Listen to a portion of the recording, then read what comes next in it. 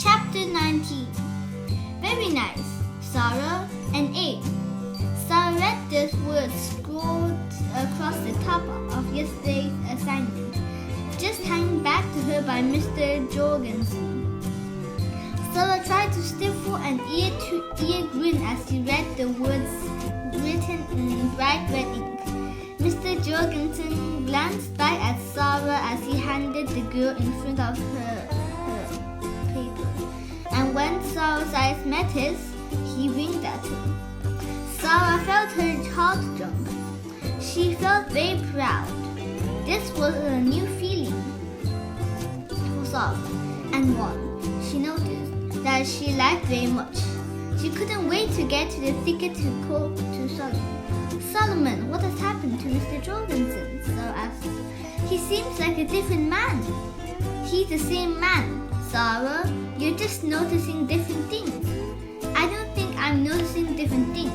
I think he's doing different things. Like what, Sara? Well, he smiles a lot more than he used to, and sometimes he whistles before the bell rings. He never used to do that. He even winked at me, and he's been telling me stories in class, making the class laugh more.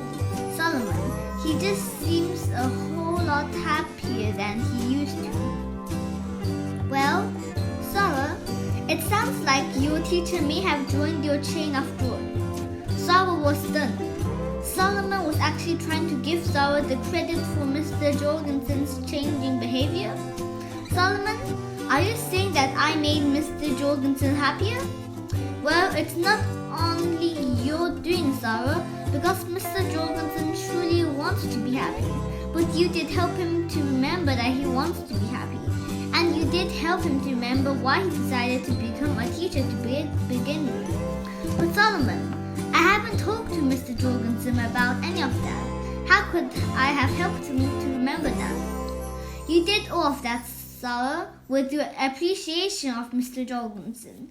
You see, anytime you hold someone or something as your object of attention, and at the same time, you're feeling that wonderful feeling of appreciation, you add to their state of well-being.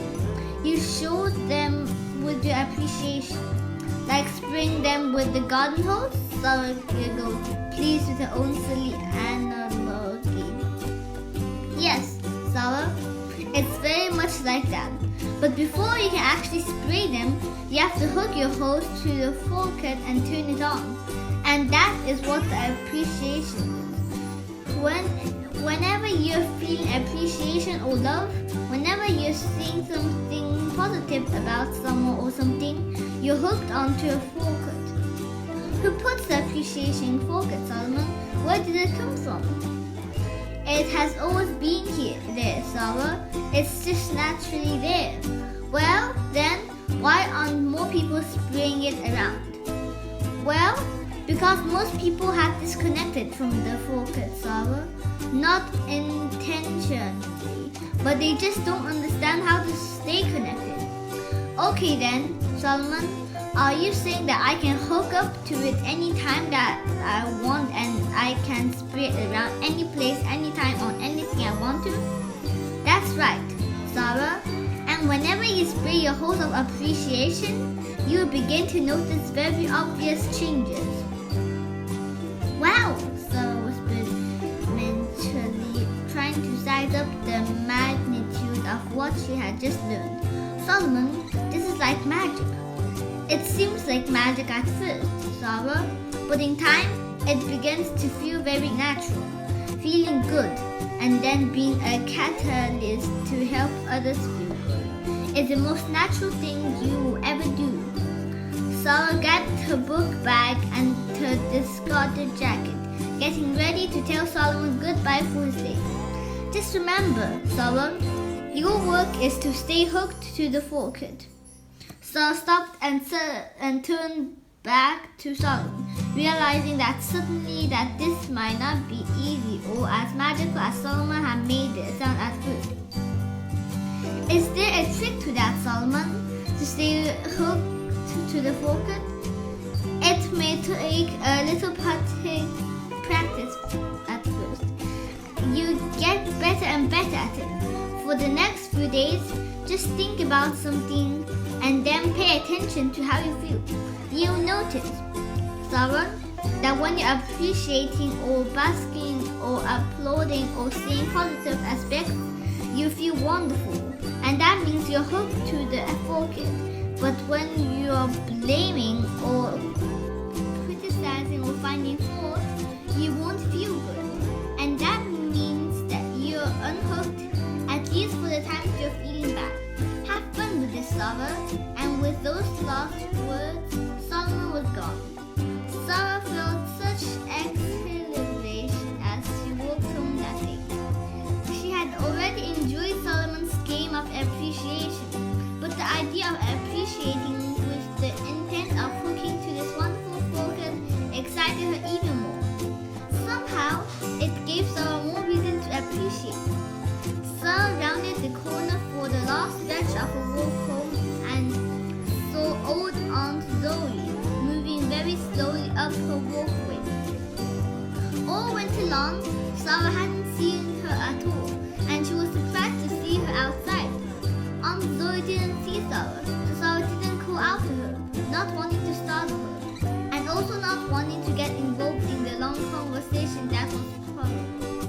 Aunt Zoe talked very slowly, and over the years, Sarah had learned to avoid the frustration of seeing her groping for words to express her thoughts. It was as if her mind worked so much faster than her mouth, and that she would get all mixed up about where she was within the thought. When Sarah tried to help by putting a word in here and there, it only irritated Aunt Zoe. So Sarah had decided that avoidance was the best solution, although that never really felt right either. Sarah felt sad as she watched this poor old woman hobbling up her stairs. She was holding onto the railing with all her strength, taking one step at a time, very slowly, moving up a set of 4 or 5 stairs onto her front porch. I hope I'm not like that when I'm old, Sarah thought. And then Sarah remembered her last walk with Solomon. The focus. I'll shower her with the focus. First I'll connect to the focus, and then I'll float all over her.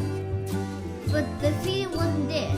Okay, I'll try again. Still no feeling of being hooked up. Sarah felt instant frustration.